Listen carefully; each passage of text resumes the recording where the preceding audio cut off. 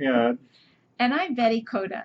Recently, Betty and I have been noticing little things about each other that have been getting on our nerves. For instance, when we get ready to do a project, I want to just start doing it. And I want to sit down and plan how we are going to do it. When I start to share something important, Betty notices that I have something on my face and cleans it off just as I start talking. I am listening, but I can't listen fully because have to get the crumb off his face or get him to clean the smudge off his glasses. He's lucky I no longer lick my hand to smooth that hair that sticks up. I go into deep concentration when I'm working on a project.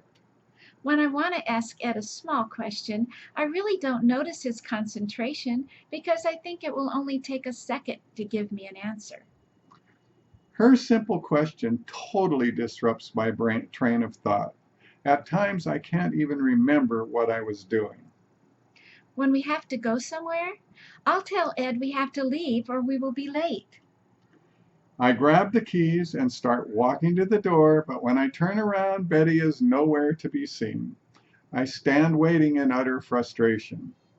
I can't walk out the door until I rush around to gather, clear, and put away stuff. I even put away a pair of scissors that Ed has left out. He is leaving things out a lot instead of putting them away. It's inefficient to put away because I just will be getting it out again soon. That goes for closing the cupboard doors also. I will just have to open them again anyway. The reason we laugh now is that these irritating behaviors are an actual manifestation of our complementary masculine and feminine traits. Even more enlightening is that most of these are built right into our very bodies as males and females. For instance, in a man's brain, even before he's born, a chemical bath washes away most of the connectors between the right and left lobes. It's easier for me to picture Ed's brain as a giant apartment complex. He has different apartments, like one for listening, one for speaking, a giant penthouse apartment for sex, and so on. Even for this talk, when I interrupted him to add my idea, I saw him shut down as he left his speaking apartment to go to the listening one. Then he could not find his way back. This happens frequently because I cannot stifle my tongue. When women are speaking and listening, they can go from one subject to another because they have connectors between the two lobes of the brain to allow them to multitask and pick up right where they left off.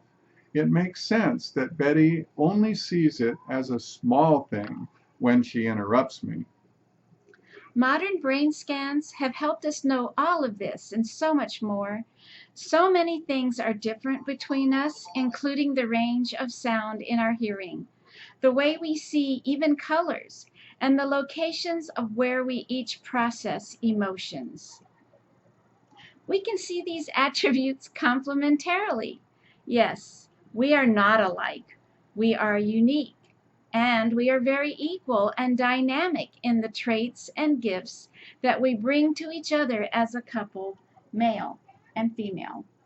As a matter of fact, if you start to study the real beauty of God's creation, you will see that almost all of the things that are bugging us were intentionally created by God to make us a true gift to one another.